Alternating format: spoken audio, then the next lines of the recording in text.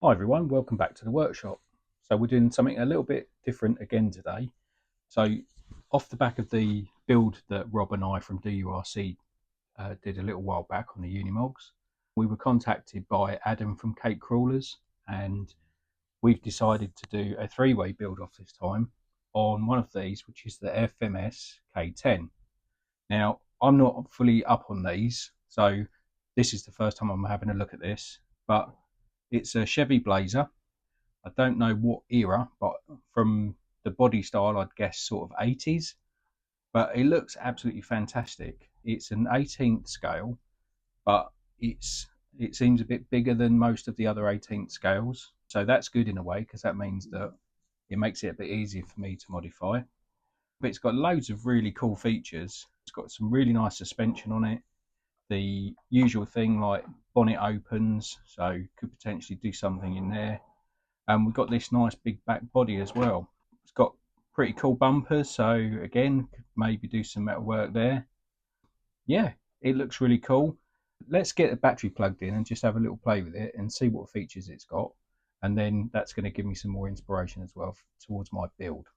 Right, for a little crawler, it's actually packed with some really cool features. A channel 3, which is a 3-position switch, which actually gives you a 2-speed gearbox. So you've got high, neutral and low. Not sure why you'd want neutral really, unless you were towing it or something like that, but still cool to have. But you've got high and low gears, so that's obviously low, that's the high. There we go. There we go. Using the channel 4, which is this little button here, you've got multi-function light. So for what you get for your money, don't think these are particularly expensive. I think they're around $150. Yeah, what more could you want really? You've actually got metal suspension arms, which is pretty cool. The wheels are plastic, but they are a sort of beadlock, but we might look to replace those. Overall, for what you get and what you pay, I think it's pretty cool. I'm going to get on YouTube, start watching a few videos, and see if I can get some inspiration for something that I can build on here. But I've got something in mind, and I think it'd be pretty cool. So I've been over the truck, taken some measurements for a couple of bits that I want to make, and got a couple of ideas. But it'd be interesting to see what Rob and Adam will do, whether we'll end up doing something similar because of the style of the truck, or whether we'll do something completely different. So that's what's really fun about these build-offs.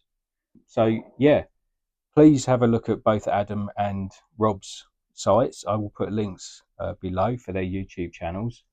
And if you've got anything that you think I can do to this, then pop it in the comments below, and maybe I can add that on as well. So yeah, let's get on it.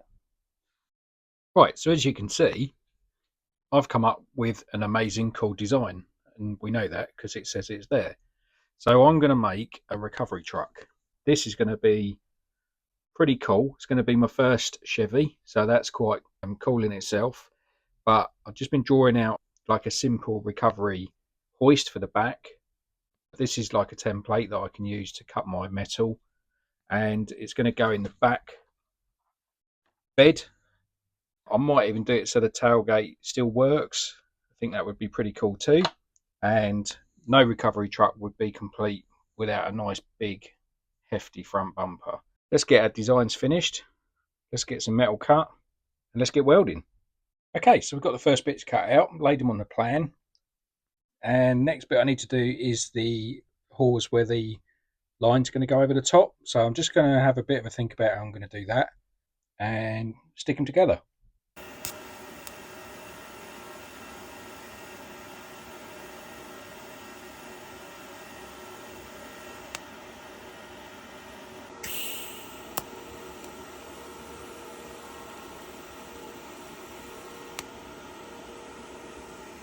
Now, I know I go on about it a lot, but I love this welding table. It's my own design and it saves me so much trouble. As you can see, I've got this all pinned out. These are the clamps that I made, very simple. Anybody that's used a full-size welding table, you'll get the principle.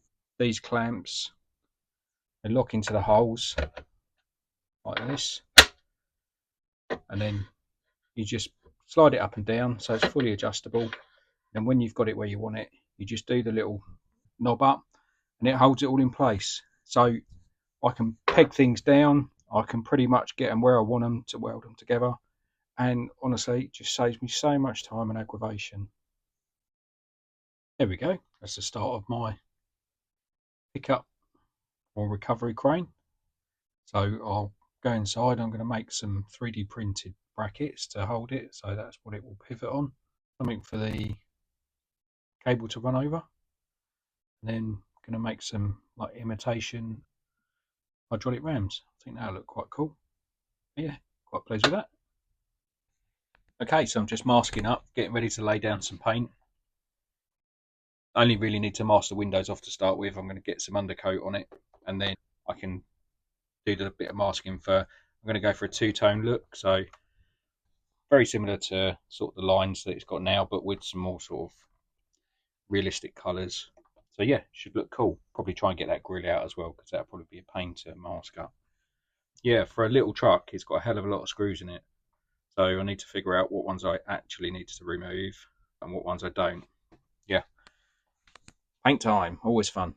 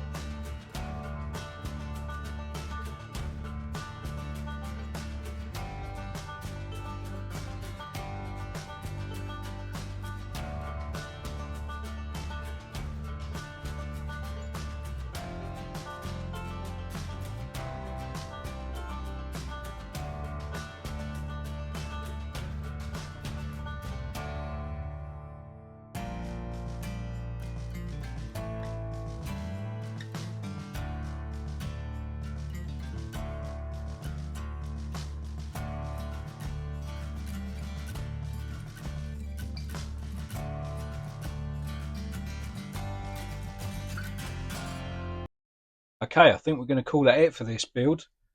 That is all of the aesthetics done.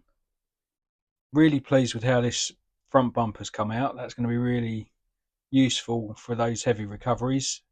And on the real trucks, it would add weight as well to counterbalance, obviously, the back. We've got the flashing lights on the roof. These lights, I think, look very period. I like the fact they're warm white and not that bright white.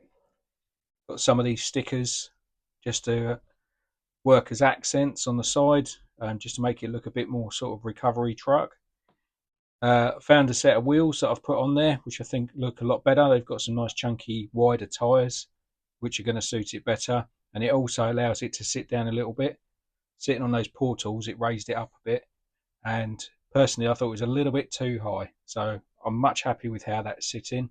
I've also got 3D printed foams in here as well, so that should help with its off-road capabilities. So around the back, we've got our winching accessories, so that will connect to the axles on the vehicle we're going to tow. Just behind there, we've got a useful vise, some traffic cones, trolley jack, toolbox with a few tools, plenty of spare fuel. We've got a winch in the back here, obviously for lifting our hook, and a spare tyre. So all in all, really pleased with how this has come out. The patina looks nice. We've even got a little twangy aerial, but can't wait now to get it out, get it into the woods, and give it a proper run off road. So let me know what you think. Head over and look at Adam and Rob as well and see what you think of theirs. And give us lots of comments. A few likes would be nice too. And keep your eyes peeled for the next video, where we're going to talk about upgrades, performance wise, and we're going to talk about each other's models as well. And I hope to see you in the next video.